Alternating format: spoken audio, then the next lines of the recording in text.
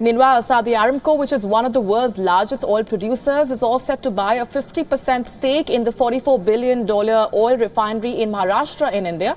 A memorandum of understanding to this effect was signed at the International Energy Forum conference today. Saudi Oil Minister Khalid Al Faleh has said that India is a priority destination for Saudi investment and Aramco will continue to scout for opportunities.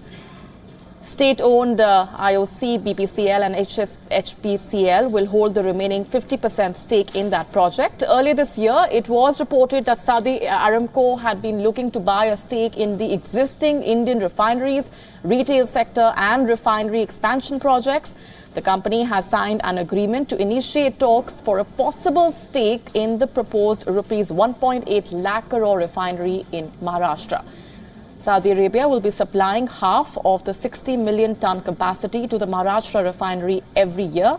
Agreements have been already signed that allow discussions to begin on the configuration of the refinery on design basis. Khalid Al Faleh has also added that the entry of Saudi Aramco would bring lower cost of financing due to the company's higher credit ratings. Meanwhile, our correspondent Siddhant Sibil put a few questions to Iran's oil minister Bijan Namdar and listen in to what the minister had to say. Visit of Excellency Dr. Rouhani from India. Every day the relationship between two countries is closer to be closer and closer. And now today morning we have a meeting with Mr. Minister of Oil and Gas of India and the Managing Director of main oil in the main Indian oil companies. Okay. We are going ahead very well, and I believe that the perspective of the future is very clear and very good. Let's go straight across to Siddhant Sibil himself, who got for us that interaction with the minister there. What, according to you, is the key takeaway from that agreement, Siddhant, and what is expected over the next few months as we await finer details of that agreement to be declared?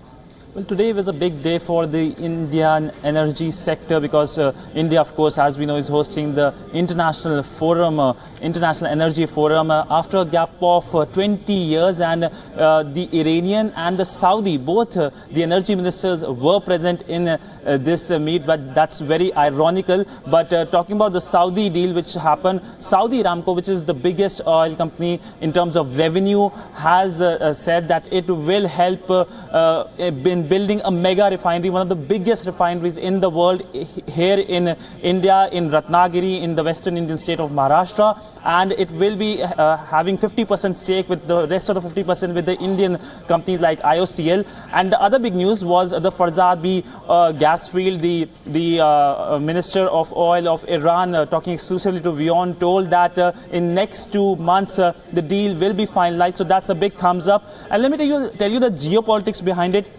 Remember, the Indian Prime Minister has been visiting the Middle East region, the West Asian region, many countries, whether it's UAE, Saudi Arabia or Iran, and basically generating that goodwill. And that goodwill is kind of translating now into such big deals. And India, of course, is a growing market. India needs energy. And for that, India is scouting for more and more opportunities and diversifying its resources at a low cost. Because remember, the Indian Prime Minister also raised the point of Asian premium. That's basically that when OPEC sells its oil, its energy to Asian countries, charges a premium.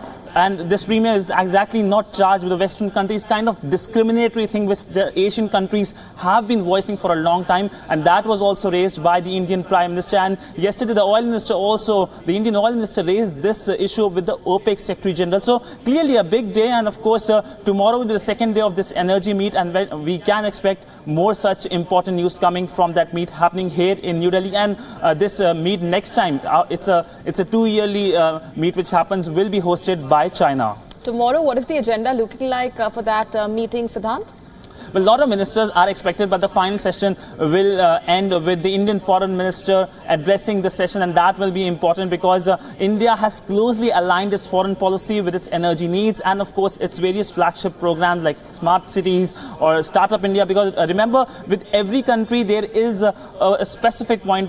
Take, for example, with Israel. When the Israeli Prime Minister visited India, he talked about Startup India. We know that Israel is a startup nation, and that is what the Indian government wants to be, make India a startup nation. So clearly aligning the foreign policy with the geopolitical agenda and the main aim, focusing on energy and building a new India.